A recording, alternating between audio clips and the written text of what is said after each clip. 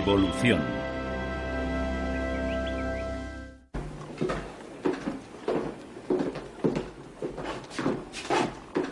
Vamos. El perezoso os aguarda, mi señor.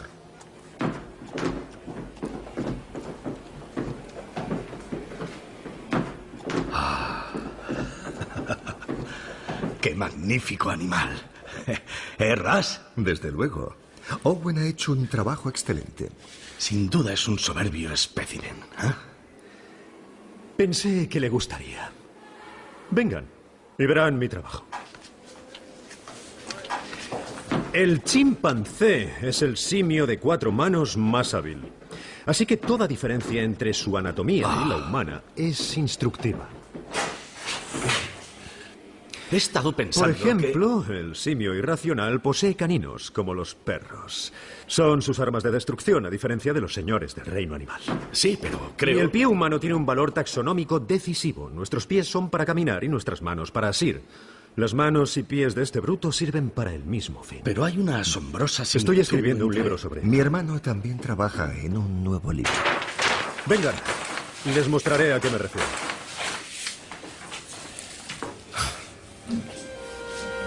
Un mismo patrón. La estructura ósea de manos y pies es prácticamente idéntica. Prueba de que es el diseño original que ideó el creador. De eso no cabe la menor duda. ¡Qué tontería! La similitud de la estructura indica solamente una cosa. Hubo un antepasado común. Unos ancestros de carne y hueso. ¿Y por qué no se lo has dicho? Debes publicar tus ideas. Al menos para establecer tu prioridad. ¿Qué te lo impide?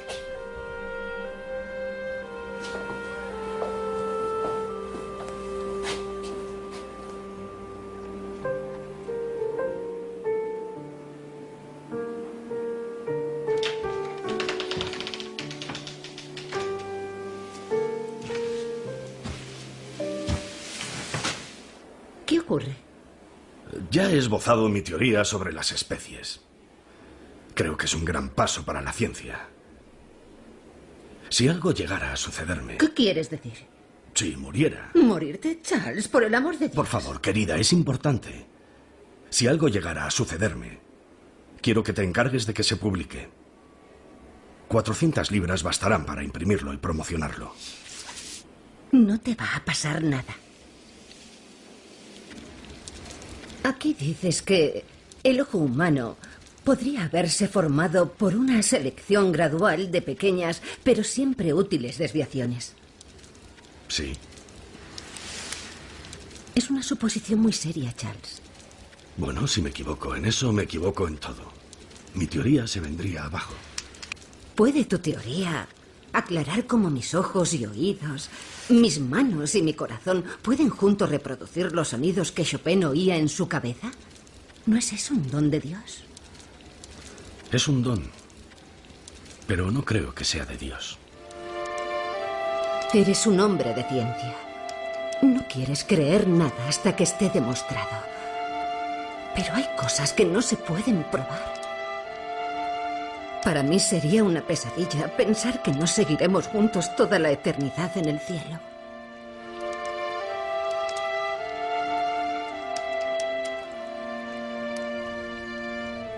Emma creía sinceramente en el plan cristiano de la salvación y en que aquellos que creían en Jesús y en su resurrección de entre los muertos vivirían eternamente en el cielo.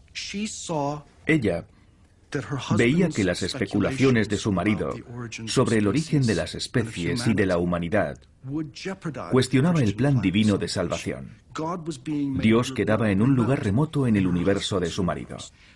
Porque si la naturaleza por sí sola, sin la ayuda de Dios, podía crear un ojo, ¿qué había que no pudiera hacer? La naturaleza podía hacer cualquier cosa. En los tiempos de Darwin, la mera existencia de un órgano perfecto como el ojo era considerada por muchos como prueba de la existencia de Dios. ¿Cómo si no podían todos los intrincados órganos y subestructuras del ojo haberse combinado de la forma correcta para hacer la visión posible y tan perfecta? Pero resulta que el ojo no es precisamente perfecto. De hecho, contiene profundas imperfecciones ópticas. Y esos defectos son la prueba, en cierto sentido, del origen evolutivo del ojo. Los ojos son imperfectos porque el proceso creador de la evolución no es como el de un diseñador o un artista. La selección natural simplemente favorece cambios aleatorios que hacen a un organismo más apto para sobrevivir. Y las imperfecciones en el diseño a menudo son el resultado de los continuos retoques de la evolución. Una de esas imperfecciones hizo vivir una experiencia traumática a la pintora Valerie Young. Acabábamos de volver a casa de una fiesta y empecé a ver un montón de luces dentro del ojo, concretamente en el borde exterior del ojo derecho. Y pensé, puede que esto sea serio. Tardé un rato en darme cuenta de que aquello ocurría en el interior del ojo. Por suerte mi marido estaba conmigo porque yo no habría podido conducir hasta el hospital. Lo veía todo muy oscuro. La única forma en que puedo describirlo es como una medusa con muchas burbujas muy pequeñas dentro. Aquello no dejaba de girar y flotar delante de mis ojos. Valerie tenía un desgarro retinal. No es un problema infrecuente, debido a la forma en que los ojos humanos evolucionaron a partir de manchas de tejido cerebral sensibles a la luz que tenían nuestros antepasados lejanos. En el embrión humano, los ojos se desarrollan a partir de unos bultos del tubo neural cerebral que se adelgazan formando unas cavidades. La capa superior, la retina, que es la que se desgarró en el ojo de Valerie, contiene células que captan la luz. Esta capa descansa sobre otra, una segunda capa más oscura que recubre el fondo del ojo, pero esas dos capas no están pegadas entre sí. Y cuando la gelatina que llena el ojo se va licuando con la edad, puede provocar un desgarro en la retina. Entonces, esa gelatina se puede introducir en el espacio que hay entre medias, provocando un desprendimiento de retina y, en algunos casos, la ceguera. Cuando llegó Valerie Young, las partículas flotantes en el ojo nos dieron de inmediato la pista de que podía tener un desgarro retinal. Pudimos aplicarle con éxito tratamiento con láser para sellar el desgarro, como si hubiéramos taponado con sacos de arena una presa que se desborda, para evitar que la gelatina vítrea se introdujera por el desgarro y desprendiera la retina. El desgarro retinal de Valerie Young solo es un ejemplo de las imperfecciones de diseño del ojo humano. Otro defecto es que las células nerviosas y los vasos sanguíneos evolucionaron situándose delante de la retina, donde afectan a su capacidad para formar imágenes nítidas. Es como intentar hacer una foto a través de un cristal empañado. Y el nervio óptico evolucionó conectándose con el cerebro a través de un agujero en la retina. Por ello, los ojos de todos los vertebrados tienen un pequeño punto ciego cerca del centro del campo visual. La evolución comienza con lo que ya está ahí y empieza a retocarlo y a modificarlo, pero nunca va a rediseñarlo por completo. Así que incluso el ojo, con toda su perfección óptica, contiene pistas que indican que su origen es el proceso ciego de la selección natural.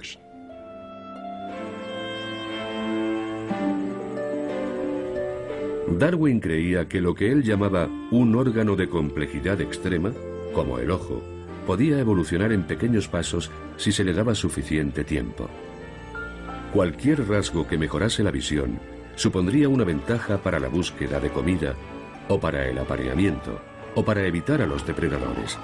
Por tanto, la selección natural seguramente favorecería esos rasgos. Y lo que Darwin hizo fue señalar que, lógicamente, uno podría pensar que es difícil imaginar una serie de pasos intermedios entre un simple grupo de células nerviosas que pueden percibir la luz y un ojo dotado de una lente que forma imágenes complejas. Pero la realidad es que esas formas intermedias existen en la naturaleza. En la Universidad de Lund, en Suecia, el zoólogo Dan Erik Nilsson ha construido una serie de modelos que muestran cómo un órgano visual primitivo podría haber evolucionado a través de pasos intermedios hasta formar un ojo complejo similar al humano en menos de 500.000 de años. Hace mucho tiempo que me interesa la evolución del ojo. Y en particular, me interesa la cuestión de cuánto tiempo habría tardado el ojo en evolucionar. Nilsson ha concebido una secuencia de pasos mediante los cuales una mancha de células sensibles a la luz en la piel de un animal podría haber evolucionado hasta formar un ojo similar a una cámara. En un primer paso, la naturaleza habría favorecido cualquier cambio que diera a esa mancha plana una forma cóncava. En cuanto se crea la más ligera depresión en el centro, el efecto es que los bordes de ese cuenco atenúan la luz de ciertas partes del entorno. Así pues, no todas las células fotosensibles de este pequeño cuenco medirán la luz exactamente con la misma intensidad, de modo que este cuenco ya genera cierta información gráfica. Otro modelo demuestra lo que un ojo primitivo en forma de cuenco puede hacer. Los cráneos iluminados forman una imagen en una pantalla translúcida que Nilsson ha instalado detrás del cuenco, haciendo las veces de retina. Pero la imagen apenas está definida. El ojo en forma de cuenco no puede hacer mucho más que detectar movimientos. Este tipo de ojo se encuentra en la naturaleza actualmente, en los platelmintos. Sus ojos no han evolucionado más. En su entorno es todo cuanto necesitan. Pero si los animales necesitan moverse más rápido o evolucionar para convertirse en depredadores veloces o para detectar a depredadores veloces, entonces el órgano tiene que mejorar. Y una forma de conseguirlo es estrechar la abertura para que sea más pequeña.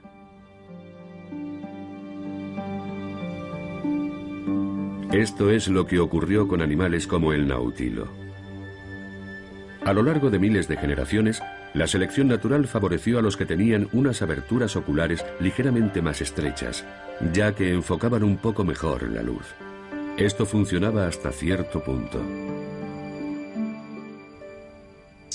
Dado que esta estrategia de formar una imagen más enfocada tiene la desventaja de que esa imagen es más oscura, no se encuentra mucho en el reino animal.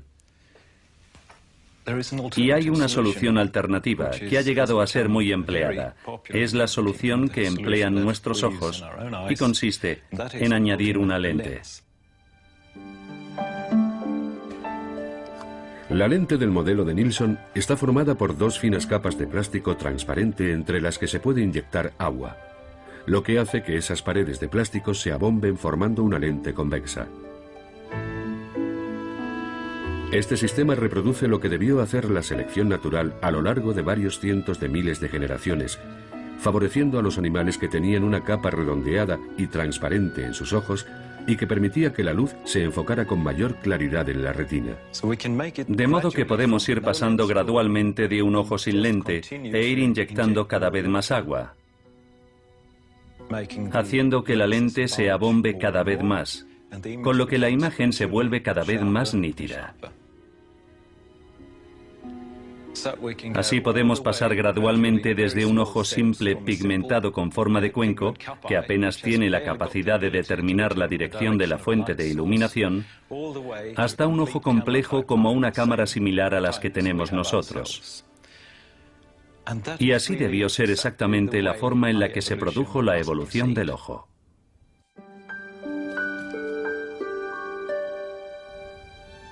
La extrema complejidad del ojo producía a Darwin un sudor frío, según escribía un amigo. Pero seguía estando convencido de que un ojo podía ser obra de la selección natural. Más adelante escribió que los ojos debían de haber evolucionado en numerosas gradaciones desde un órgano simple e imperfecto a otro complejo y perfeccionado, y que todos los grados intermedios debieron de ser útiles a sus poseedores. La naturaleza, sin necesidad de un diseñador, podía producir un órgano de una complejidad aparentemente milagrosa.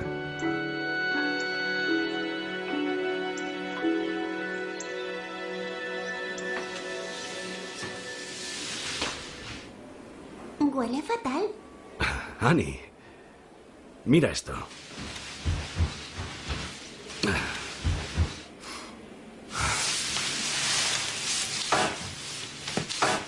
Cuando empecé a observarlos, pensé que muchos percebes tenían pequeños parásitos.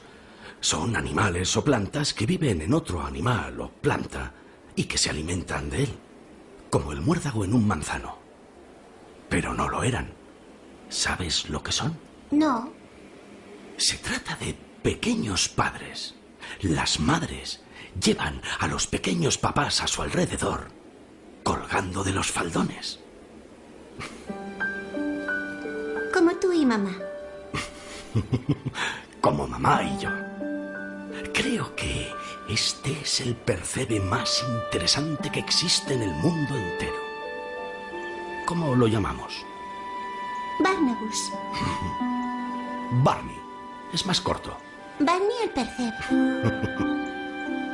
Los pequeños machos parásitos son rudimentarios hasta un punto apenas igualable en todo el reino animal. No tienen boca ni estómago.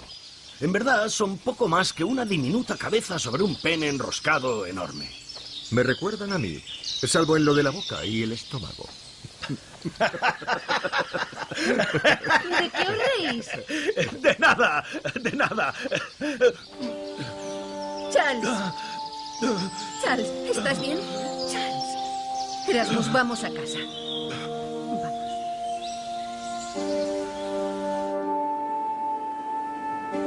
¿Por qué trabajas tanto con tus horrendos moluscos?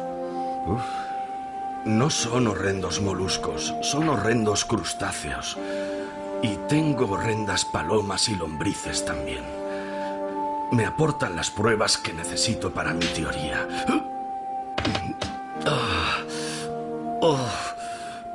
No tengo derecho a publicar la idea a no ser que tenga pruebas. Habrá que hacer algo contigo.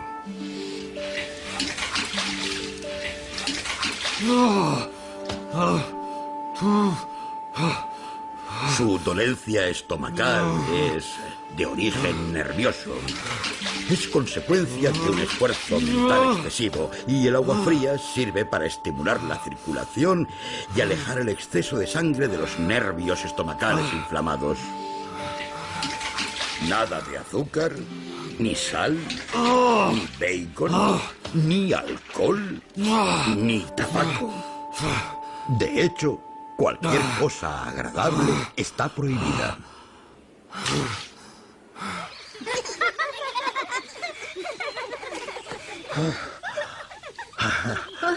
No sé cómo ni por qué, pero me siento mucho mejor. Miro a mi alrededor y no me importa lo más mínimo cómo fue creado nada de esto. ¡Niños! El último en llegar a casa es un budín de arroz. William, serás el último. Vamos, corred, rápido. Vamos, Eti. Dios mío. ¡Annie! ¡Espera!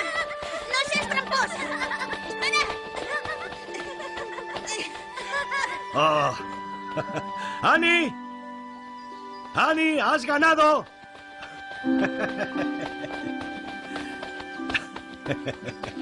Ven aquí, cariño. Annie, mi querida niñita. Annie. Vamos. Sí, vamos.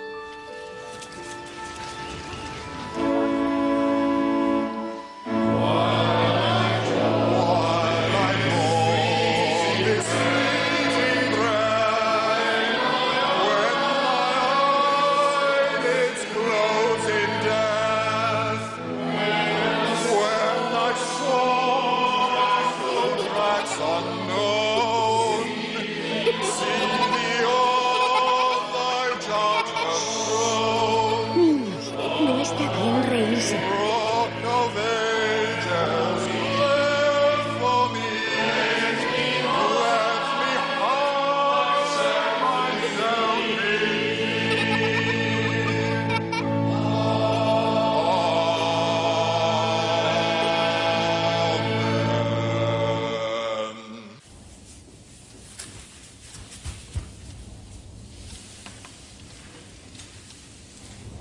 Papá, Annie me ha despertado. Annie me ha despertado.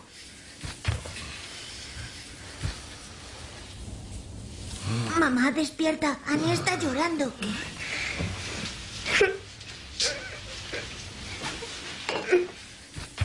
Oh, no. ¿Qué te pasa, cariño? ¿Qué ocurre? ¿Te duele la cabeza? No tiene fiebre. ¿Te duele aquí?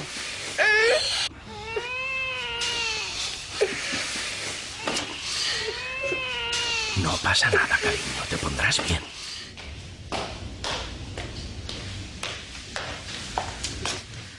Ya viene el médico. Ve a vestirte, yo me quedo con ¿Y ella. si ha heredado mis malas digestiones? Se pondrá bien.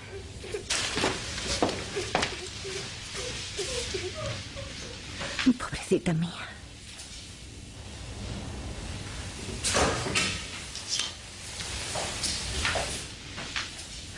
¿Qué ha dicho? Es el estómago, pero no sabe qué le ocurre. Quizá debería llevarla al doctor Gali. A mí me curó. Volveréis pronto. Y papá va a cuidar de ti. Muy pronto tendrás otro hermanito y tendrás que ayudarme.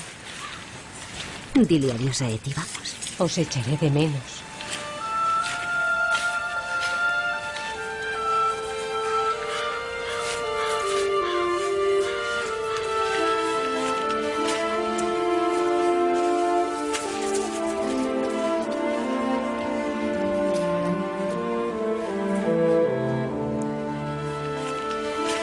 Incorpórate. Vamos, cielo, tómate un buen sorbo de esto. Eso es, buena chica. Muy buena niña. Rápido. Está bien. Está bien. Túmbate. Túmbate. Muy bien. Muy bien, mi niña. Está tan débil. No puede hacer usted nada. Solo se puede rezar. Es por mi culpa. Los hijos de dos primos hermanos son débiles. Es por mi culpa.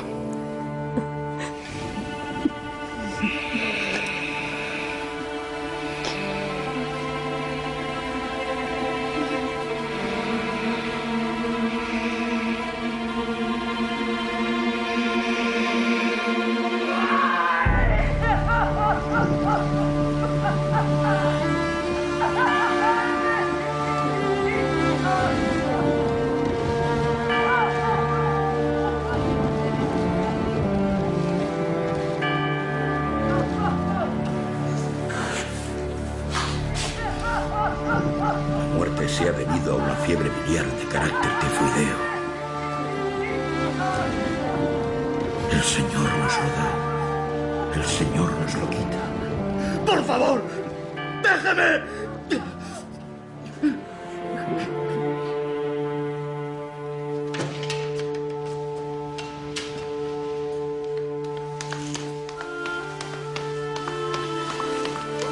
Oh, Charles, Dios, danos fuerzas.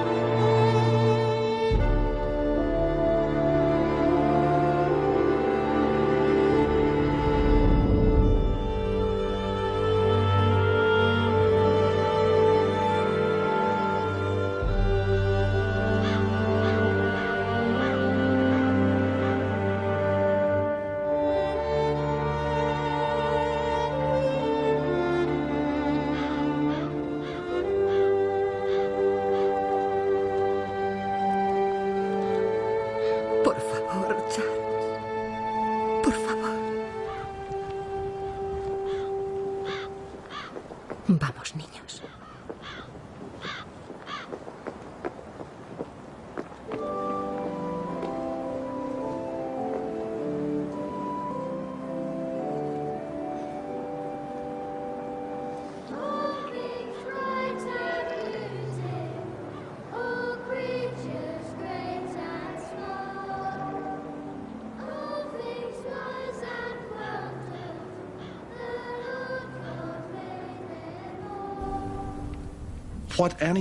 El efecto de la muerte de Annie en Darwin fue básicamente que destruyó su fe cristiana. Ya no era capaz de creer en un buen Dios que ordenaba y supervisaba todos los eventos de la vida humana y del universo.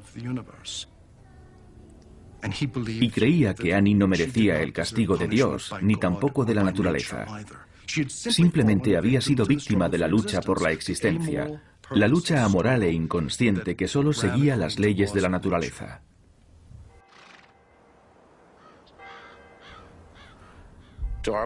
Desde luego, Darwin no pensaba que la evolución hablara a favor o en contra de la indemostrable existencia de Dios o de una entidad divina. Él no quería sembrar la duda en las convicciones religiosas de nadie. Para él era una cuestión personal que ya no fue capaz de mantener con el convencimiento habitual después de la gran tragedia de su vida.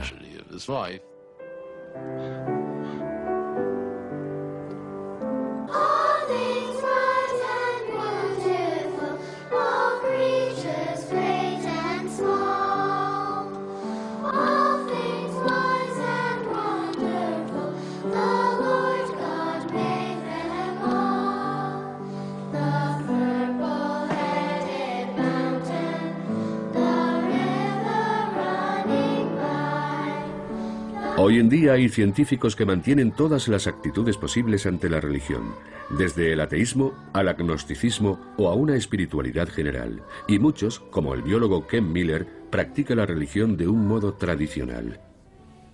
Yo soy católico ortodoxo y soy darwinista ortodoxo.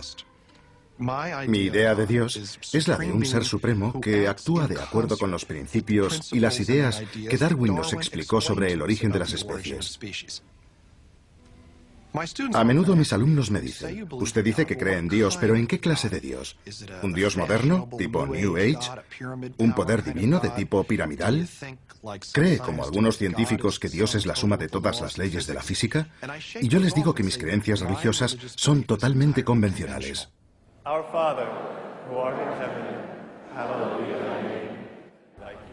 A los alumnos les sorprende muy a menudo que alguien pueda decir que ese tipo de creencias religiosas convencionales son compatibles con la evolución.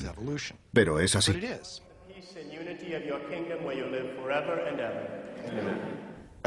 Me parece que es absoluta y maravillosamente coherente con lo que yo entiendo del universo a partir de la ciencia y lo que entiendo del universo a partir de la fe. El mejor programa de radio de actualidad en la mañana de Tennessee. Las mañanas del Hallering Hilton Hill en Newstalk 99. WNOX AM/FM desde Loudon, Knoxville. Pasan 2 minutos de las 6 y es un placer dar la bienvenida al programa esta mañana al Dr. Kenneth Miller, profesor de biología en la Universidad de Brown. Su libro se titula Buscando al Dios de Darwin, la búsqueda de un científico de un terreno común entre Dios y la evolución. Quiero hacerle una pregunta. Como biólogo celular, según su experiencia, cuando está estudiando algo, o leyendo algo, o haciendo alguna investigación, ¿cuándo llega a un punto en que piensa, ahí está Dios? Como científico experimental, no encuentro a Dios en la incapacidad de la ciencia para explicar algunas cosas. En otras palabras, no encuentro a Dios porque digamos, vaya, no tengo explicación para esto, será porque lo ha hecho Dios. Pero entonces, ¿qué hizo Dios? Simplemente creó una especie de caldo primordial y dijo, adelante. Bueno, hace mucho tiempo la gente sabía realmente muy poco sobre cómo funcionaban las cosas en el mundo natural. Cuando veían que el sol se desplazaba en el cielo, se imaginaban que Dios lo estaba empujando. Y fuimos comprendiendo que el mundo funciona según las leyes de la física. Entonces, ¿qué lugar hay para Dios en la vida actual? Si preguntamos a personas creyentes cómo actúa Dios, nos dirán que actúa de formas muy diferentes. Responde a nuestras oraciones, nos inspira. Sin duda tienen lugar acontecimientos que forman parte de lo que algunos pueden llamar el plan de Dios. Y lo que yo sugeriría es que si hoy en día Dios está actuando de acuerdo con las leyes de la naturaleza, con las leyes de la física, etc., probablemente también actuó de la misma forma en el pasado. En cierto sentido, podríamos decir que Él fue quien creó las reglas del juego y que Él mismo actúa dentro de esas reglas. Para Miller y para millones de seguidores de todas las grandes religiones, El concepto de Dios y el concepto de la evolución son perfectamente compatibles. Pero no todo el mundo está de acuerdo. Cuando sustituimos la idea tradicional de Dios, el Creador, por la idea de que es el proceso de selección natural el que crea, esa creación es tan maravillosa como siempre. Toda esa gran obra de diseño tenía que hacerse. Simplemente no la hizo un solo individuo, sino un larguísimo proceso que se extiende a lo largo de miles de millones de años. Dios creó al hombre a su imagen y semejanza.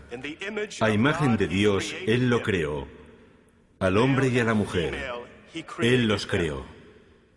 Hasta entonces, la gente pensaba que todo estaba ordenado de arriba hacia abajo. Y llega Darwin y dice, no, todo este diseño puede producirse. Todo esto puede emerger de abajo a arriba, sin dirección. Y esa es una idea muy inquietante para mucha gente. En los tiempos de Darwin, la ciencia, la política y la religión eran una sola cosa cuando se hablaba del origen de la vida y de las especies. En astronomía se podía considerar un testimonio de la sabiduría y el poder de Dios que mantenía a cada planeta en su lugar. Pero la idea de la evolución, de la transmutación, como decía la gente con una mueca, desafiaba frontalmente todo el orden establecido. ¿Qué creen que contiene ese gran libro que ha escrito? Transmutación. Otro Darwin que borra a Dios de la creación. Queremos apoyar su proyecto de museo de historia natural. Aunque hay quien lo ve imprudente, desmesurado, ambicioso. Si lo es porque debe alojar una colección lo más amplia posible. Pero a cambio queremos su ayuda. Depende de usted, como eminencia en anatomía y paleontología, probar la superioridad del hombre. No consentiremos que cualquier rufián diga que el hombre proviene del mono en museos de su majestad. Puede confiar en mí, obispo Wilberforce. El cerebro humano difiere claramente del cerebro de los demás mamíferos. En el humano, no solo los hemisferios cerebrales se apoyan sobre los lóbulos olfatorios y el cerebelo, también se extienden por delante de estos y por detrás del segundo. Su desarrollo posterior es tan marcado que he asignado a esa parte el carácter de un tercer lóbulo, propio del Homo sapiens.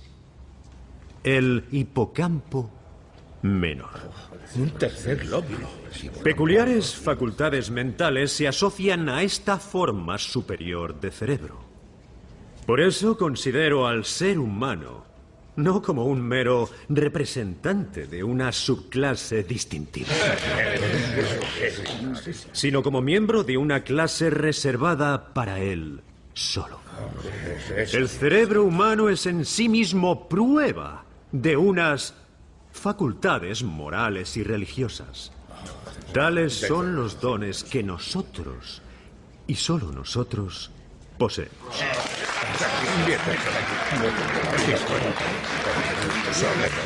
Me pregunto qué diría un chimpancé al respecto, señor Huxley.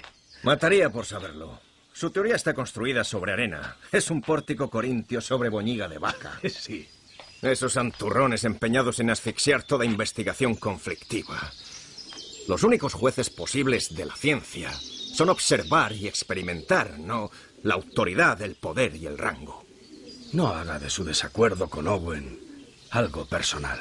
Me supera. Es tan pedante que tropezara con uno de sus cerebros en conserva resulta una idea demasiado atractiva. Pensar así solo enturbia el asunto y empobrece la ciencia. Dígaselo a Owen. A mi favor, en mi contra. Huxley.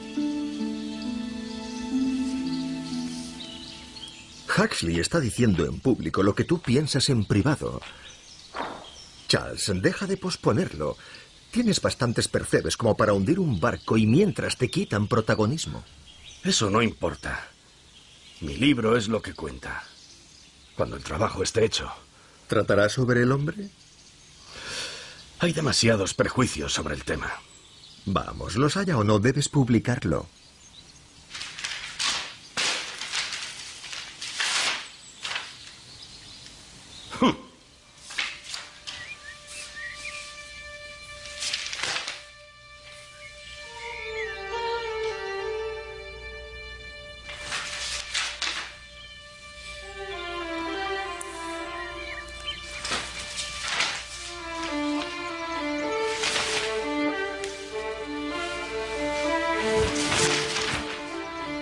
Dios mío. Ras, ¿qué ocurre? La tendencia de las variedades a apartarse del original. ¿Quién es Alfred Wallace? Mi querido Huxley, es un resumen de mi teoría. Mi originalidad en lo que pudiera valer, destruida. Si Wallace hubiera tenido una copia del ensayo que escribí en el 44, no lo habría resumido mejor. Variaciones impulsadas a alejarse cada vez más de la especie madre en su lucha por existir. La superpoblación. Está todo. ¿Se puede publicar ya su libro? ¿Publicar? ¿Cómo publicarlo con honor? Lo quemaría antes que dejar que él o ningún otro piense que actúo con mezquindad. Publique un trabajo conjunto, extractos de su obra junto al ensayo de Wallace. Pero debe preparar un manuscrito para publicarlo. ¿Quién sabe? Quizá esto sea para bien. Por fin podremos conocer en detalle sus teorías.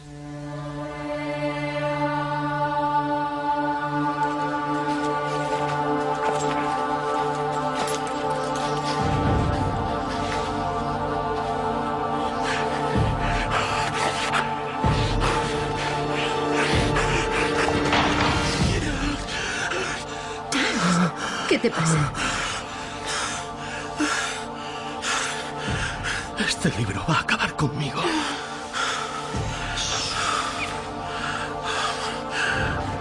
Qué desdichado sería si no te tuviera a ti a mi lado.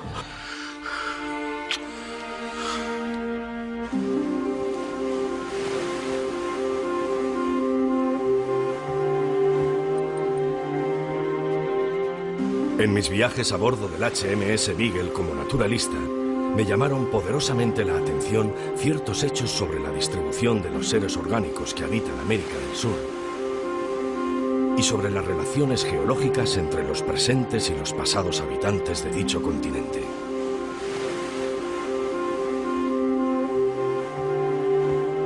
Estos hechos parecían arrojar algo de luz sobre el origen de las especies.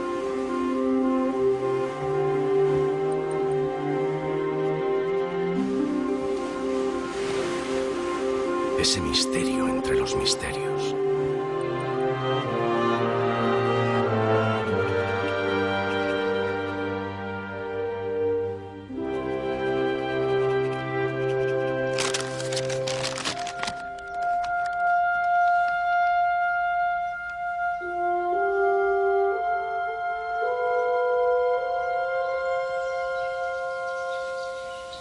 El Times se muestra muy positivo. Era de esperar. Es Huxley. El Atheneum quiere expulsarme. Y el Divinity Hall, la universidad, la biblioteca y el museo. Mi libro es poco ortodoxo porque el tema lo requiere. Pero no hablo del origen del hombre. Ni discuto el Génesis. Charles, no seas tan ingenuo. Dejas claro que crees que el hombre no es una excepción. Pero tanto si tienes razón como si no. Tienes que terminar lo que has empezado.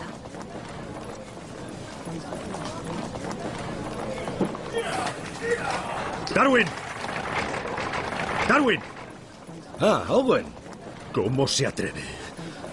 ¿Cómo se atreve a tacharme de reaccionario? Yo no le he tachado de reaccionario. Me nombra entre los defensores de la inmutabilidad e ignora mi concepto de la continuidad ordenada en la creación de seres vivos. ¿Pero qué significa? No sé lo que significa. ¿Significa? Supone que los animales aparecen por arte de magia. En absoluto.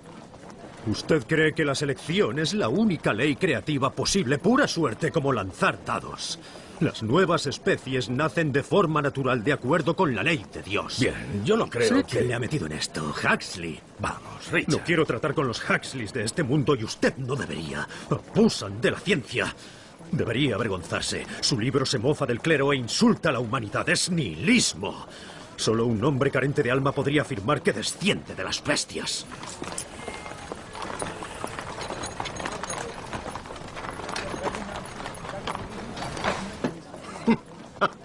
Bueno, es tan respetable ser un mono modificado como provenir del polvo. Huxley, por favor. No, si es espléndido. Las viejas de ambos sexos dicen que es un libro peligroso. Espléndido. Tranquilo, yo me encargo de él. Ya estoy afilando el pico y las garras para la ocasión.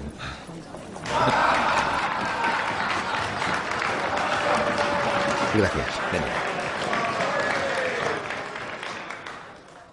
Cualquier contribución a nuestra historia natural de la pluma de Charles Darwin solo busca llamar la atención. Su última publicación, El origen de las especies, es obviamente la que él mismo considera como la obra en la que su futura fama deberá fundarse. El señor Darwin afirma que todo ser vivo, todo pez, planta, hongo, mosca, elefante, hombre o nabo, son todos por igual descendientes lineales del mismo antepasado común. Una idea que es absolutamente incompatible con el verbo de Dios. El hombre fue creado a imagen de Dios y redimido por su Hijo nuestro Señor. La selección natural es una ingeniosa teoría para negar la obra y, por tanto, la existencia de nuestro Creador. De hecho, el cerebro humano difiere claramente del de otros mamíferos. Desgraciadamente, mi lord obispo, está usted mal informado. Es intolerable. Si lo juzgamos como jueces sin prejuicios, tenemos que admitir que existe tan poca distancia como animales entre el gorila y el hombre, como la hay entre el gorila y el babón. Es la capacidad de hablar tan solo y no un supuesto don espiritual lo que hace al hombre un ser racional. Esa es la fuente de nuestro progreso intelectual ilimitado, pero ello no contradice el hecho de que, hasta en la raíz y origen de su naturaleza, el hombre es uno con el resto del mundo orgánico. Nadie que diseccione el cerebro de un mono dará la razón al profesor Owen. Está del todo equivocado. Solo puedo suponer que el cerebro del profesor Owen ha encogido en el tarro de conserva. Refiriéndome a los cerebros de chimpancé que él examinó. Dios mío. Fue entonces cuando Dios me entregó a Wilberforce en bandeja.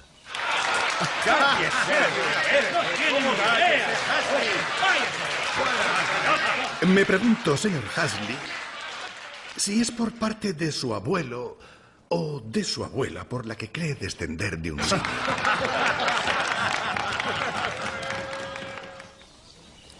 Me levanté en silencio, muy serio, y hablé con voz perfectamente templada.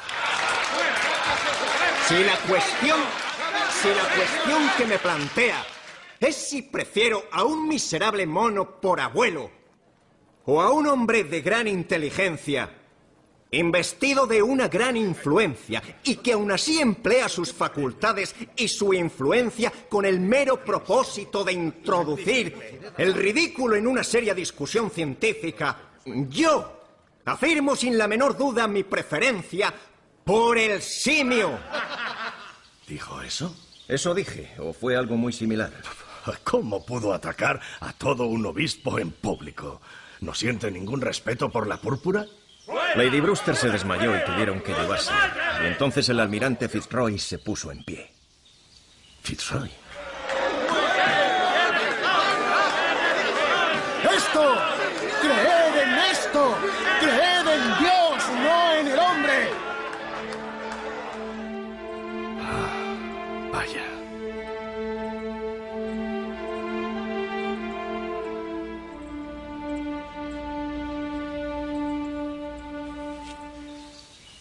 Probablemente nunca sabremos la verdad. La verdad, Charles, está en tu libro. Es lo más interesante que he leído en mi vida. Tus razonamientos son tan plenamente satisfactorios que... si los hechos no encajan, pues bien. Lo siento mucho por los hechos. Temblores. Llega la hora de mi selección natural.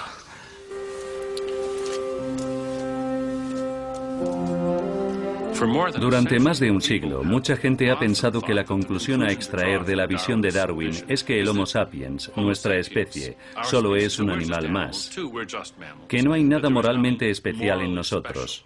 Personalmente, yo no creo que sea ese en absoluto el significado de la visión de Darwin, pero sin duda es como la ha interpretado mucha gente. Desde que se publicó El origen de las especies, los seguidores estrictos del creacionismo bíblico han atacado la visión de Darwin. Y sus objeciones no van dirigidas simplemente a la ciencia de la evolución. Según muchos, lo que está en peligro es nada menos que el alma humana. Sugerir que los animales y las plantas y nosotros, los humanos, habíamos sido creados por leyes naturales comparables a las que mueven los planetas, era poner en cuestión el alma humana.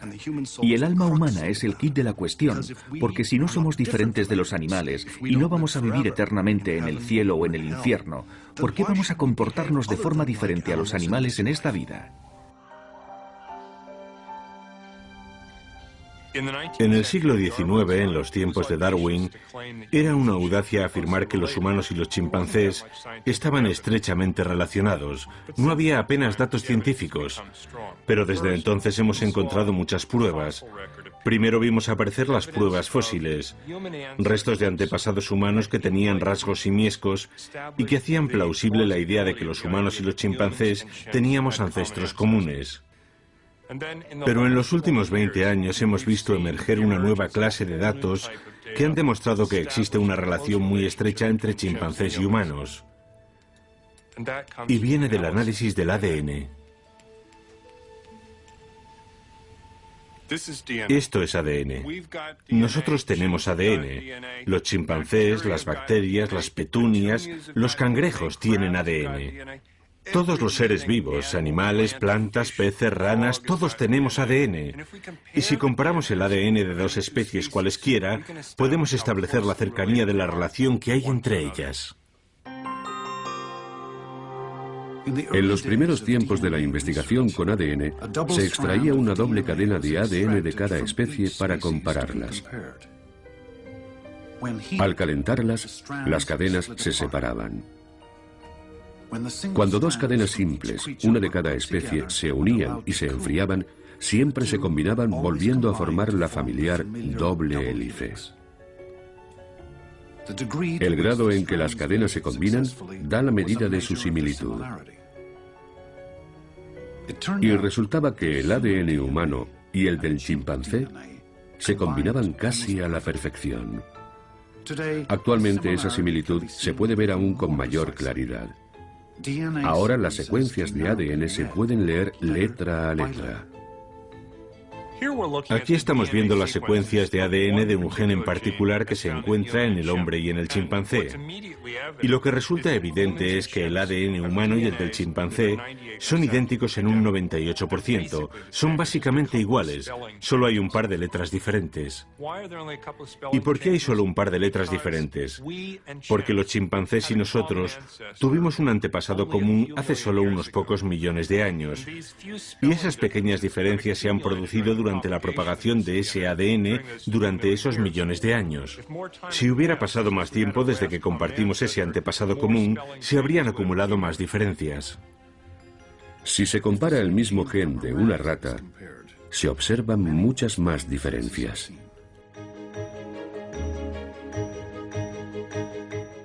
Es porque nuestro antepasado común con la rata vivió hace unos 80 o 100 millones de años, y ha habido mucho más tiempo para que se acumulen diferencias entre los genes.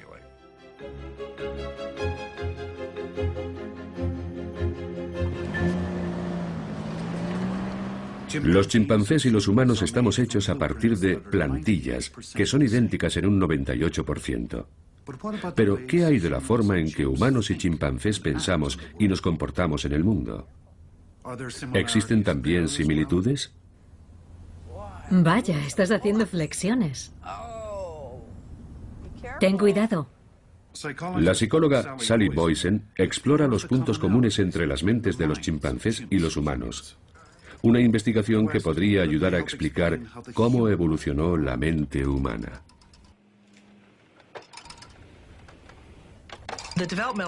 Los hitos en el desarrollo mental de los chimpancés son casi exactamente iguales a los de los humanos. Todo es muy similar. Responden a las cosas nuevas, a los juguetes nuevos, y se pelean jugando exactamente igual. Harper hace el bruto y corre y trepa por todas partes. Y Emma casi se entretiene ella sola. Ven aquí. Ven aquí. ¿Qué es eso? ¿Qué es? Una de las cosas que nos permite comprobar nuestro trabajo es si los chimpancés pueden adquirir habilidades cognitivas sofisticadas y complejas. Como aprender a contar, algo que normalmente no aprenderían viviendo en la selva. 1, 2, 3, 4, 5. Y sin embargo, tienen la capacidad neural necesaria para hacerlo. ¿De dónde ha salido eso? Muy bien, Sid. Vamos a hacer otro ejercicio. Vamos allá. Uno de estos. Y una bola de leche malteada. ¿Puedes decirme la solución a esto con el azul y el marrón? Enséñamelo. Eso es. Vamos. Estupendo. No hay casi nada que hayamos intentado enseñar a los chimpancés que no hayan aprendido. Hemos comprobado su habilidad para captar conceptos extremadamente complicados, como el concepto del cero, por ejemplo. Vale, Sid, mira, ¿y si no pongo ningún dulce? ¿Qué me dirías?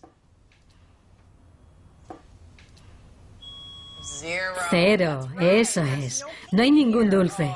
Oh, vaya faena, ¿eh? Sería imposible que los chimpancés hicieran cosas así si no tuvieran mucho en común con los otros. Literalmente la estructura neurológica que les permite aprender, igual que nos pasa a nosotros.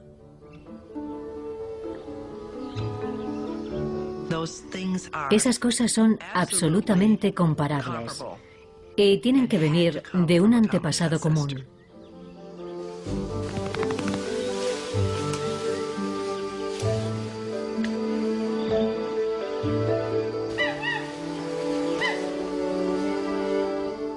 Las similitudes que tenemos con nuestros parientes primates son extraordinarias. Compartimos gran parte de nuestro ADN, gran parte de nuestra morfología, incluso compartimos nuestros grupos sanguíneos. Pero a pesar de esas similitudes, hay diferencias notables. Creo que la razón es realmente muy simple. Y es la línea evolutiva que ha llevado hasta nosotros. Y que nos llevó, por razones que apenas estamos empezando a entender, a un desarrollo explosivo de nuestra capacidad mental.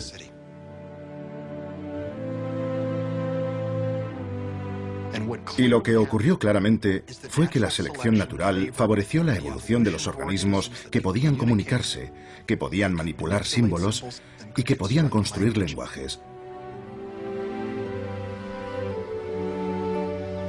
La gran idea de Darwin es una gran y maravillosa explicación que nos muestra que estamos unidos a todas las demás formas de vida del planeta.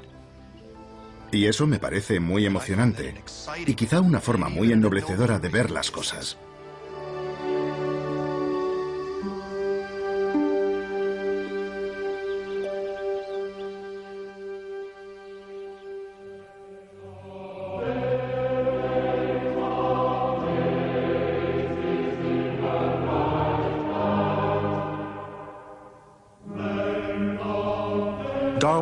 Darwin murió en abril de 1882, a los 73 años. Su familia pensó que sería enterrado en el cementerio de la parroquia. Darwin había dicho meses antes de morir que era lo que deseaba porque le parecía el lugar más hermoso de la Tierra. Pero no iba a ser así. En Londres, los amigos de Darwin decidieron hacer de su muerte y de su entierro un acontecimiento de Estado. Fueron a la Royal Society y recogieron firmas. Fueron a la Cámara de los Comunes y presentaron una petición. Telegrafiaron al deán de Westminster, que estaba en el extranjero, y consiguieron su aprobación. Hasta se compuso un himno para la ocasión.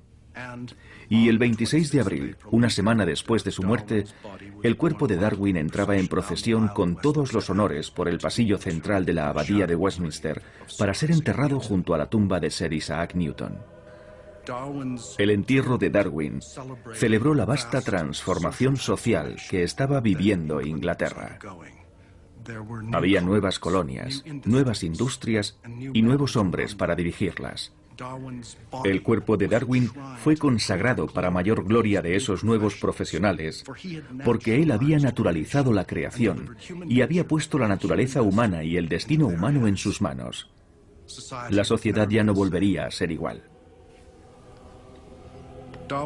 La visión de la naturaleza de Darwin era, creo, fundamentalmente una visión religiosa, la visión con la que terminó su obra más famosa, El origen de las especies. Hay grandeza en esta concepción de que la vida, con sus diferentes fuerzas, fue alentada en unas pocas formas o en una sola. Y que mientras este planeta ha ido girando según la constante ley de la gravitación, desde tan sencillo principio, múltiples formas, las más bellas y las más increíbles, se desarrollaron y se siguen desarrollando.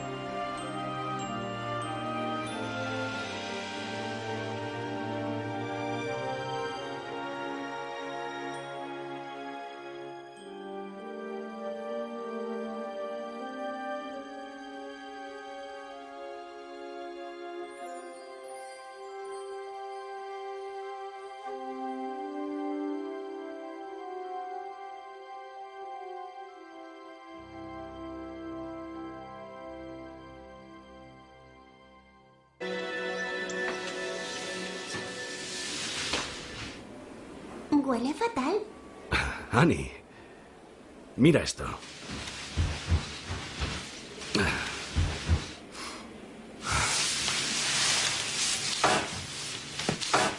Cuando empecé a observarlos, pensé que muchos percebes tenían pequeños parásitos.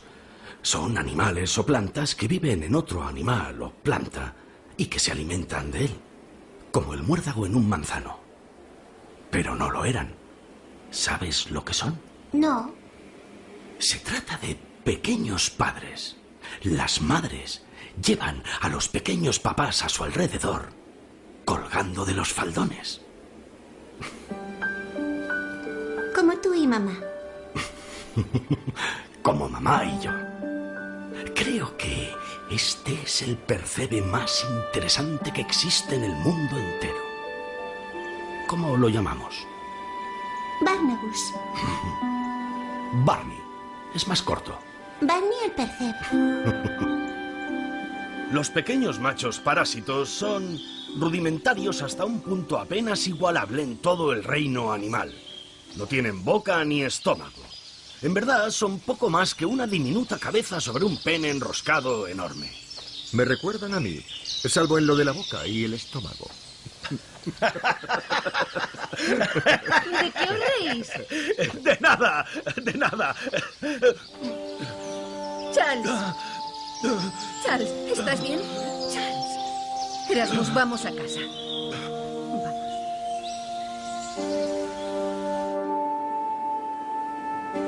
¿Por qué trabajas tanto con tus horrendos moluscos? Uf. No son horrendos moluscos, son horrendos crustáceos.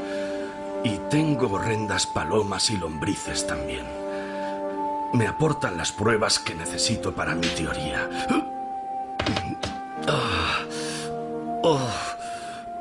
No tengo derecho a publicar la idea a no ser que tenga pruebas.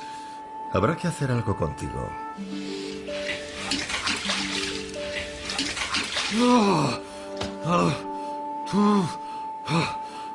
Su dolencia estomacal es de origen nervioso.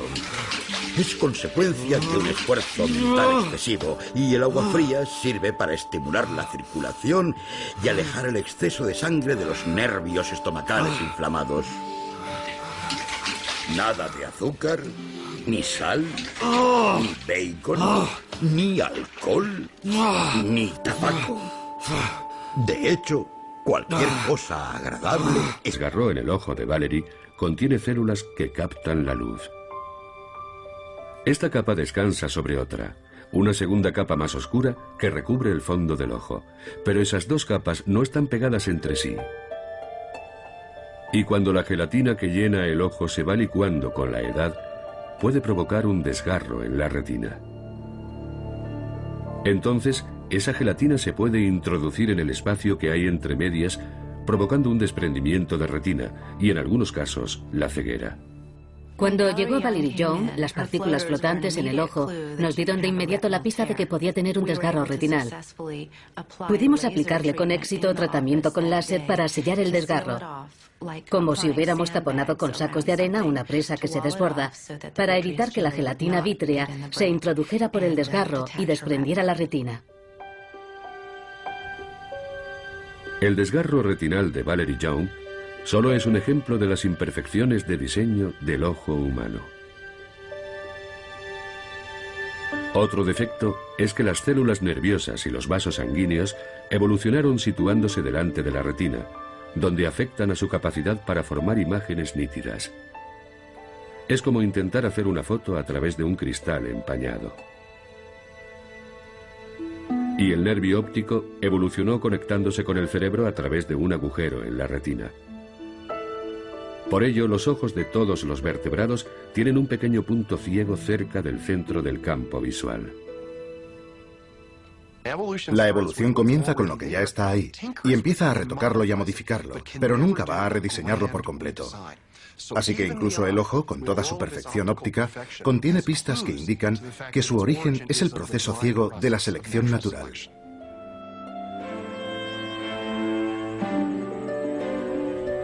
Darwin creía que lo que él llamaba un órgano de complejidad extrema, como el ojo, podía evolucionar en pequeños pasos si se le daba suficiente tiempo.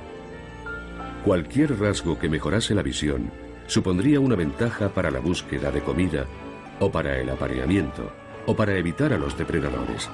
Por tanto, la selección natural seguramente favorecería esos rasgos. Y lo que Darwin hizo fue señalar que, lógicamente, uno podría pensar que es difícil imaginar una serie de pasos intermedios entre un simple grupo de células nerviosas que pueden percibir la luz y un ojo dotado de una lente que forma imágenes complejas. Pero la realidad es que esas formas intermedias existen en la naturaleza. En la Universidad de Lund, en Suecia, el zoólogo Dan Erik Nilsson ha construido una serie de modelos que muestran cómo un órgano... Así podemos pasar gradualmente desde un ojo simple pigmentado con forma de cuenco, que apenas tiene la capacidad de determinar la dirección de la fuente de iluminación, hasta un ojo complejo como una cámara similar a las que tenemos nosotros. Y así debió ser exactamente la forma en la que se produjo la evolución del ojo.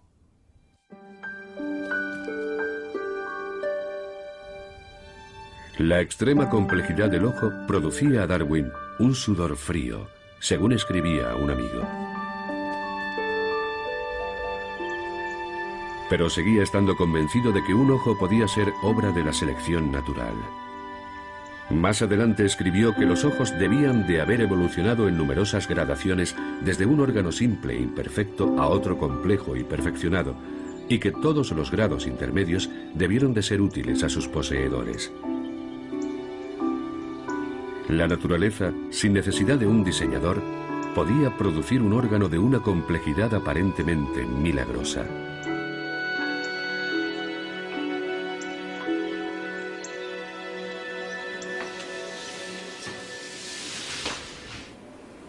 Huele fatal.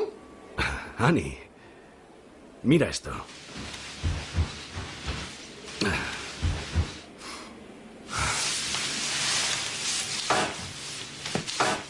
Cuando empecé a observarlos, pensé que muchos percebes tenían pequeños parásitos. Son animales o plantas que viven en otro animal o planta y que se alimentan de él, como el muérdago en un manzano. Pero no lo eran. ¿Sabes lo que son? No. Se trata de pequeños padres. Las madres llevan a los pequeños papás a su alrededor, colgando de los faldones. Como tú y mamá. Como mamá y yo. Creo que este es el percebe más interesante que existe en el mundo entero. ¿Cómo lo llamamos? Barnabas. Barney. Es más corto. Barney el percebe. Los pequeños machos parásitos son rudimentarios hasta un punto apenas igualable en todo el reino animal. No tienen boca ni estómago. En verdad, son poco más que una diminuta cabeza sobre un pene enroscado enorme. Me recuerdan a mí, salvo en lo de la boca y el estómago. ¿De qué os reís? De nada, de nada. Charles, ¿estás bien? Charles. Erasmus, vamos a casa. Mente templada. Si la cuestión que me plantea es si prefiero a un miserable mono por abuelo o a un hombre de gran inteligencia, investido de una gran influencia y que aún así emplea sus facultades y su influencia con el mero propósito de introducir el ridículo en una seria discusión científica, yo afirmo sin la menor duda mi preferencia por el simio. ¿Dijo eso? Eso dije, o fue algo muy similar.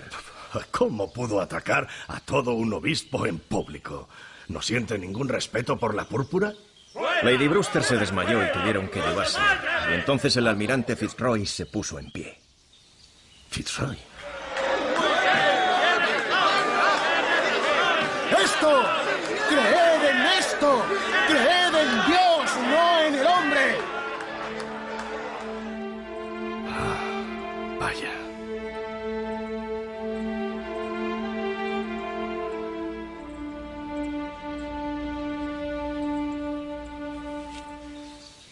Probablemente nunca sabremos la verdad. La verdad, Charles, está en tu libro. Es lo más interesante que he leído en mi vida. Tus razonamientos son tan plenamente satisfactorios que... si los hechos no encajan, pues bien. Lo siento mucho por los hechos. Temblores. Llega la hora de mi selección natural.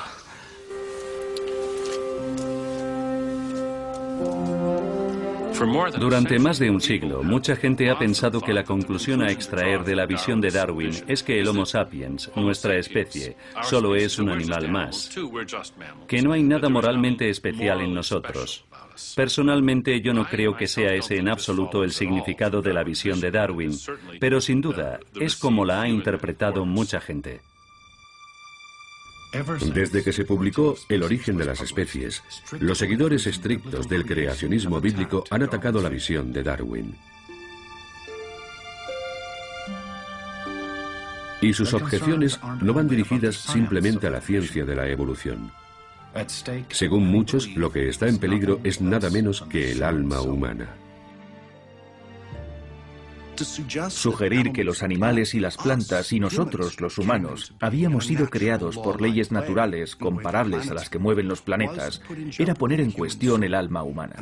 Y el alma humana es el quid de la cuestión, porque si no somos diferentes de los animales y no vamos a vivir eternamente en el cielo o en el infierno, ¿por qué vamos a comportarnos de forma diferente a los animales en esta vida? Actual. Si preguntamos a personas creyentes cómo actúa Dios, nos dirán que actúa de formas muy diferentes. Responde a nuestras oraciones, nos inspira. Sin duda tienen lugar acontecimientos que forman parte de lo que algunos pueden llamar el plan de Dios. Y lo que yo sugeriría es que si hoy en día Dios está actuando de acuerdo con las leyes de la naturaleza, con las leyes de la física, etc., probablemente también actuó de la misma forma en el pasado. En cierto sentido, podríamos decir que Él fue quien creó las reglas del juego y que Él mismo actúa dentro de esas reglas. Para Miller y para millones de seguidores de todas las grandes religiones, el concepto de Dios y el concepto de la evolución son perfectamente compatibles. Pero no todo el mundo está de acuerdo. Cuando sustituimos la idea tradicional de Dios, el Creador, por la idea de que es el proceso de selección natural el que crea, esa creación es tan maravillosa como siempre. Toda esa gran obra de diseño tenía que hacerse. Simplemente no la hizo un solo individuo, sino un larguísimo proceso que se extiende a lo largo de miles de millones de años. Dios creó al hombre a su imagen y semejanza. A imagen de Dios, Él lo creó. Al hombre y a la mujer, Él los creó. Hasta entonces, la gente pensaba que todo estaba ordenado de arriba hacia abajo. Y llega Darwin y dice, no, todo este diseño puede producirse, todo esto puede emerger de abajo arriba, sin dirección. Y esa es una idea muy inquietante para mucha gente. En los tiempos de Darwin, la ciencia, la política y la religión eran una sola cosa cuando se hablaba del origen de la vida y de las especies. En astronomía se podía considerar un testimonio de la sabiduría y el poder de Dios que mantenía a cada planeta en su lugar. Pero la idea de la evolución, de la transmutación, como decía la gente con una mueca, desafiaba frontalmente todo el orden establecido. ¿Qué creen que contiene ese gran libro que ha escrito? Transmutación. Otro Darwin que borra a Dios de la creación. Queremos apoyar su proyecto de museo de historia natural. Aunque hay quien lo ve imprudente, desmesurado, ambicioso. Si lo es porque debe alojar una colección lo más amplia posible. Pero a cambio queremos su ayuda. Depende de usted, como eminencia en anatomía y paleontología, probar la superioridad del hombre. No consentiremos que cualquier rufián diga que el hombre proviene del mono en museos de su majestad. Puede confiar en mí, obispo Wilberforce. El cerebro humano difiere claramente del cerebro. Solo se puede rezar. Es por mi culpa. Los hijos de dos primos hermanos son débiles. Es por mi culpa.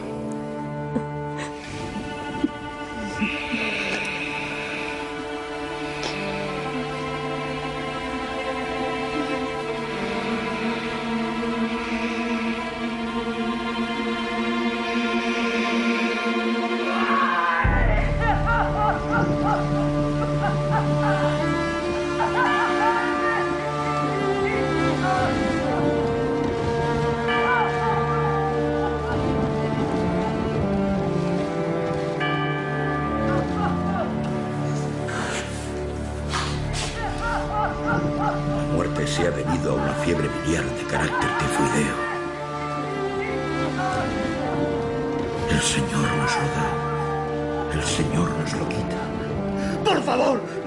¡Déjeme!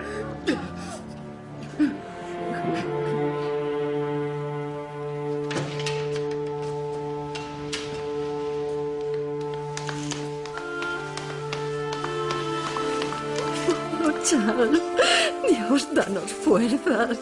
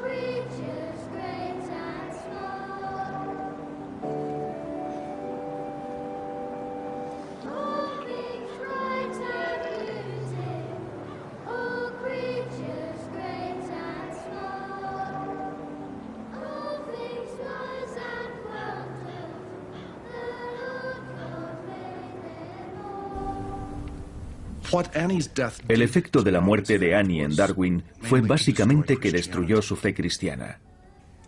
Ya no era capaz de creer en un buen Dios que ordenaba y supervisaba todos los eventos de la vida humana y del universo.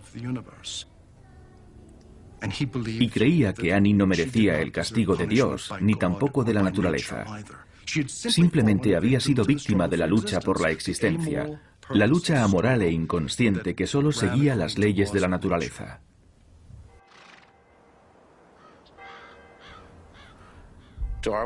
Desde luego, Darwin no pensaba que la evolución hablara a favor o en contra de la indemostrable existencia de Dios o de una entidad divina. Él no quería sembrar la duda en las convicciones religiosas de nadie. Para él era una cuestión personal que ya no fue capaz de mantener con el convencimiento habitual después de la gran tragedia de su vida.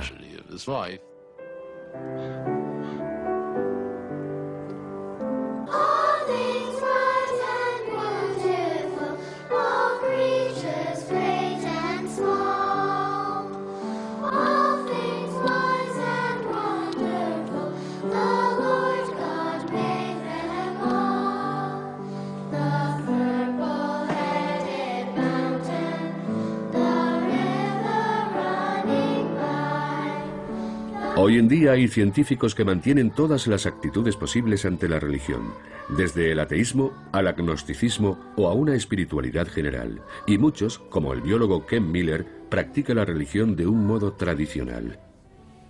Yo soy católico ortodoxo y soy darwinista ortodoxo. Mi idea de Dios es la de un ser supremo que actúa de acuerdo con los principios y las ideas que Darwin nos explicó sobre el origen de las especies. A menudo mis alumnos me dicen, usted dice que cree en Dios, pero ¿en qué clase de Dios? ¿Un Dios moderno, tipo New Age? ¿Un poder divino de tipo piramidal? ¿Cree, como algunos científicos, que Dios es la suma de todas las leyes de la física? Y yo les digo que mis creencias religiosas son totalmente convencionales.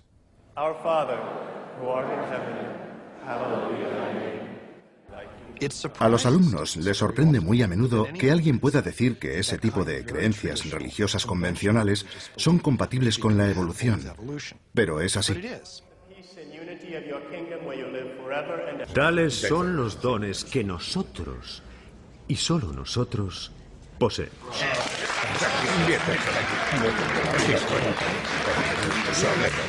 Me pregunto qué diría un chimpancé al respecto, señor Huxley. Mataría por saberlo.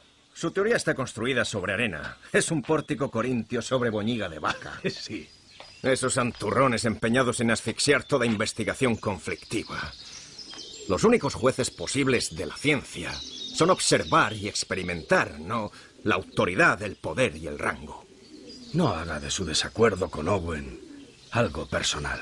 Me supera. Es tan pedante que tropezara con uno de sus cerebros en conserva resulta una idea demasiado atractiva. Pensar así solo enturbia el asunto y empobrece la ciencia. Dígaselo a Owen. A mi favor, en mi contra. Huxley. Huxley está diciendo en público lo que tú piensas en privado. Charles, deja de posponerlo. Tienes bastantes percebes como para hundir un barco y mientras te quitan protagonismo.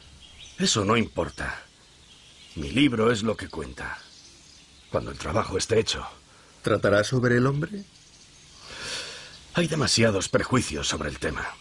Vamos, los haya o no, debes publicarlo.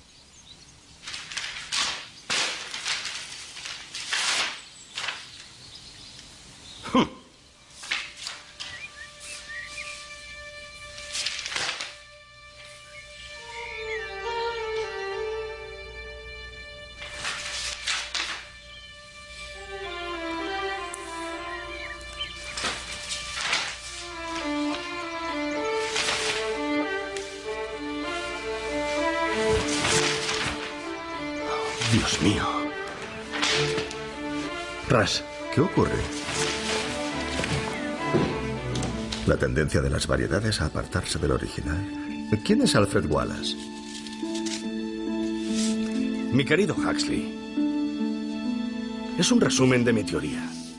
Mi originalidad en lo que pudiera valer, destruida. Si Wallace hubiera tenido una copia del ensayo que escribí en el 44, no lo habría resumido mejor.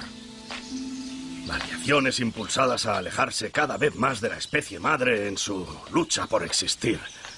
La superpoblación. Está todo. ¿Se puede publicar ya su libro? ¿Publicar? ¿Cómo publicarlo con honor? Lo quemaría antes que dejar que él o ningún otro piense que actúo con mezquindad. Publique un trabajo conjunto, extractos de su obra. En el siglo XIX, en los tiempos de Darwin, era una audacia afirmar que los humanos y los chimpancés estaban estrechamente relacionados. No había apenas datos científicos, pero desde entonces hemos encontrado muchas pruebas.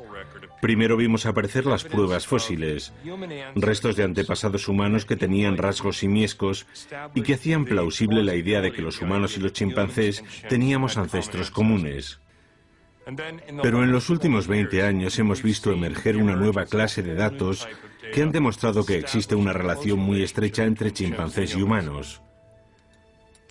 Y viene del análisis del ADN. Esto es ADN. Nosotros tenemos ADN. Los chimpancés, las bacterias, las petunias, los cangrejos tienen ADN. Todos los seres vivos, animales, plantas, peces, ranas, todos tenemos ADN. Y si comparamos el ADN de dos especies cualesquiera, podemos establecer la cercanía de la relación que hay entre ellas. En los primeros tiempos de la investigación con ADN, se extraía una doble cadena de ADN de cada especie para compararlas. Al calentarlas, las cadenas se separaban. Cuando dos cadenas simples, una de cada especie, se unían y se enfriaban, siempre se combinaban volviendo a formar la familiar doble hélice. El grado en que las cadenas se combinan da la medida de su similitud. Y resultaba que el ADN humano y el del chimpancé se combinaban casi a la perfección. Actualmente esa similitud se puede ver aún con mayor claridad. Ahora las secuencias de ADN se pueden leer letra a letra. Aquí estamos viendo las secuencias de ADN de un gen en particular que se encuentra en el hombre y en el chimpancé. Y lo que resulta evidente es que el ADN humano y el del chimpancé son idénticos en un 98%. Son básicamente iguales. Solo hay un par de letras diferentes. ¿Y por qué hay solo un par de letras diferentes? Porque los chimpancés y nosotros tuvimos un antepasado común hace solo unos pocos millones de años. Y esas pequeñas diferencias se han producido durante la propagación de ese ADN durante esos millones de años. Si hubiera pasado más tiempo desde que compartimos ese antepasado común, se habrían acumulado más diferencias. Si se compara el mismo gen de una rata, se observan muchas más diferencias.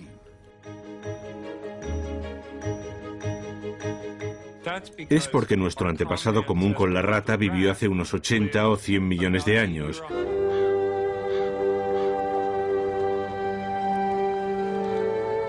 Por favor, Charles. Por favor. Vamos, niños.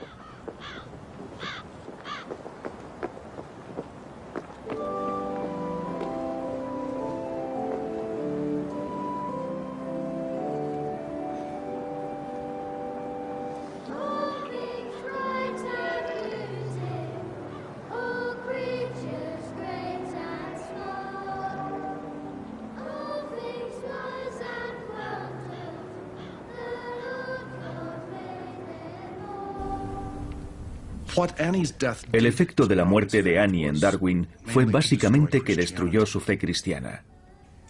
Ya no era capaz de creer en un buen Dios que ordenaba y supervisaba todos los eventos de la vida humana y del universo. Y creía que Annie no merecía el castigo de Dios, ni tampoco de la naturaleza. Simplemente había sido víctima de la lucha por la existencia, la lucha amoral e inconsciente que solo seguía las leyes de la naturaleza.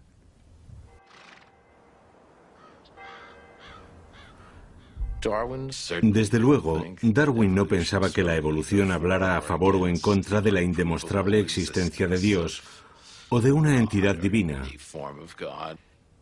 Él no quería sembrar la duda en las convicciones religiosas de nadie.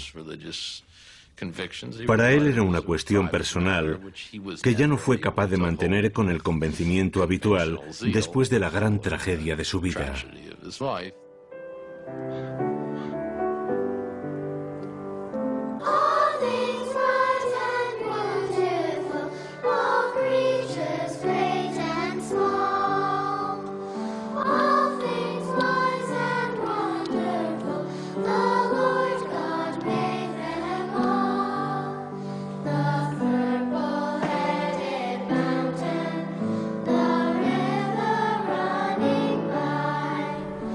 Hoy en día hay científicos que mantienen todas las actitudes posibles ante la religión, desde el ateísmo al agnosticismo o a una espiritualidad general, y muchos, como el biólogo Ken Miller, practican la religión de un modo tradicional.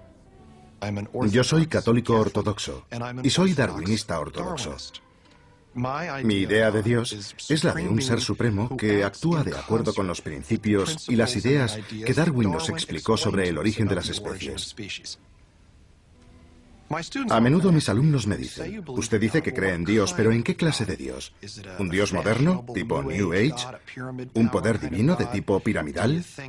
¿Cree, como algunos científicos, que Dios... Darwin y dice, no, todo este diseño puede producirse, todo esto puede emerger de abajo arriba, sin dirección. Y esa es una idea muy inquietante para mucha gente. En los tiempos de Darwin, la ciencia, la política y la religión eran una sola cosa cuando se hablaba del origen de la vida y de las especies. En astronomía se podía considerar un testimonio de la sabiduría y el poder de Dios que mantenía a cada planeta en su lugar. Pero la idea de la evolución, de la transmutación, como decía la gente con una mueca, desafiaba frontalmente todo el orden establecido. ¿Qué creen que contiene ese gran libro que ha escrito? Transmutación. Otro Darwin que borra a Dios de la creación. Queremos apoyar su proyecto de museo de historia natural. Aunque hay quien lo ve imprudente, desmesurado, ambicioso. Si lo es porque debe alojar una colección lo más amplia posible. Pero a cambio queremos su ayuda. Depende de usted, como eminencia en anatomía y paleontología, probar la superioridad del hombre. No consentiremos que cualquier rufián diga que el hombre proviene del mono en museos de su majestad. Puede confiar en mí, obispo Wilberforce. El cerebro humano difiere claramente del cerebro de los demás mamíferos. En el humano, no solo los hemisferios cerebrales se apoyan sobre los lóbulos olfatorios y el cerebelo, también se extienden por delante de estos y por detrás del segundo. Su desarrollo posterior es tan marcado que he asignado a esa parte el carácter de un tercer lóbulo, propio del Homo sapiens, el hipocampo menor. Un tercer lóbulo. Peculiares facultades mentales se asocian a esta forma superior de cerebro. Por eso considero al ser humano no como un mero representante de una subclase distintiva, sino como miembro de una clase reservada para él solo. El cerebro humano es en sí mismo prueba de unas facultades morales y religiosas. Tales son los dones que nosotros, y solo nosotros, poseemos.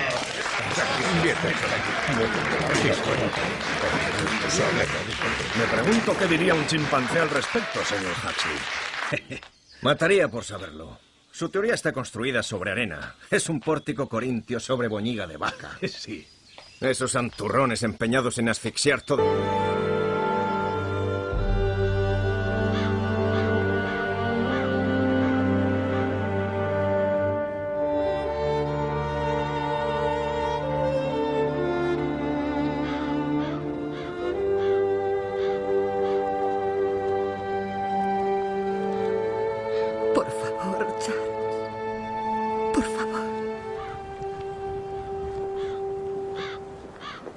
Vamos, niños.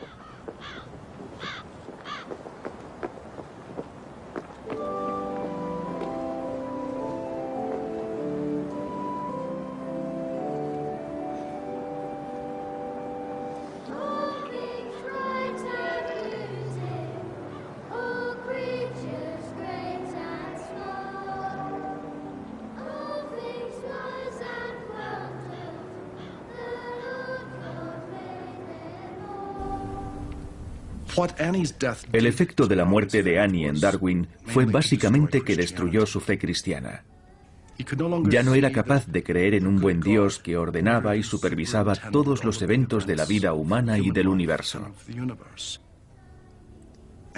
Y creía que Annie no merecía el castigo de Dios, ni tampoco de la naturaleza.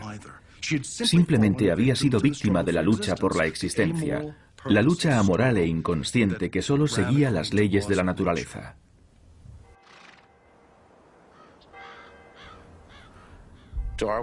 Desde luego, Darwin no pensaba que la evolución hablara a favor o en contra de la indemostrable existencia de Dios o de una entidad divina.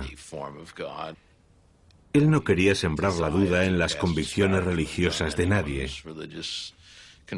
Para él era una cuestión personal que ya no fue capaz de mantener con el convencimiento habitual después de la gran tragedia de su vida.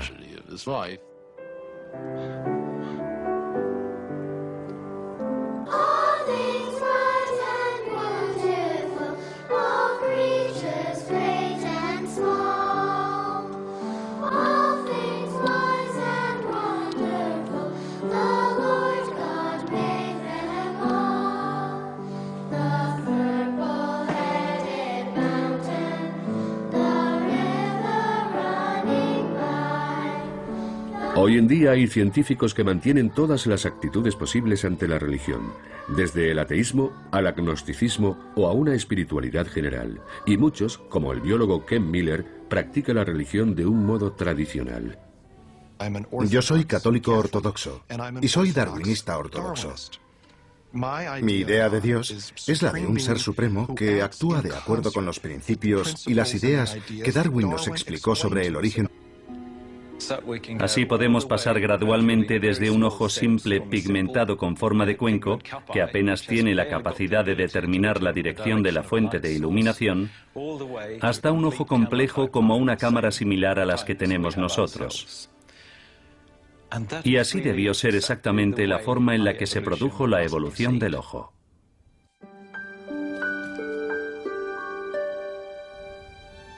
La extrema complejidad del ojo producía a Darwin un sudor frío, según escribía un amigo. Pero seguía estando convencido de que un ojo podía ser obra de la selección natural.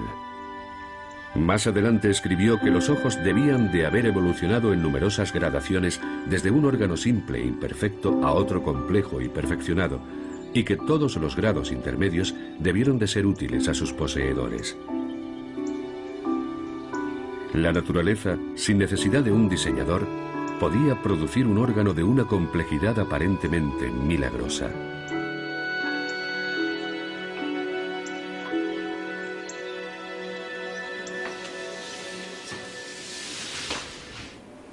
Huele fatal. Annie, mira esto.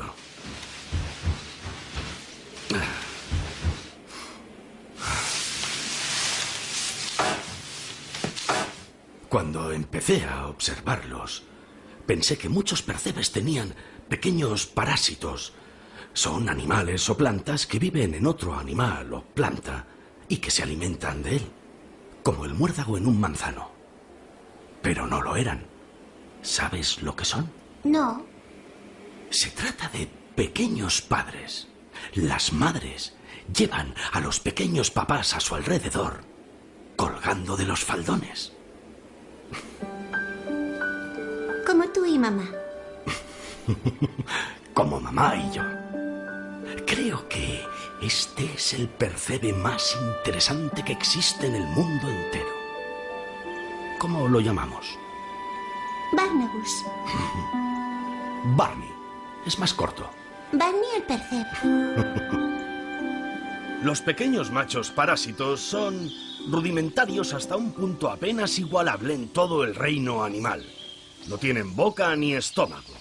En verdad, son poco más que una diminuta cabeza sobre un pene enroscado enorme. Me recuerdan a mí, salvo en lo de la boca y el estómago. ¿De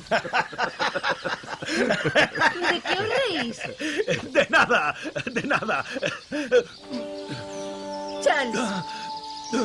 Charles, ¿estás bien? Charles. Erasmus, vamos a casa.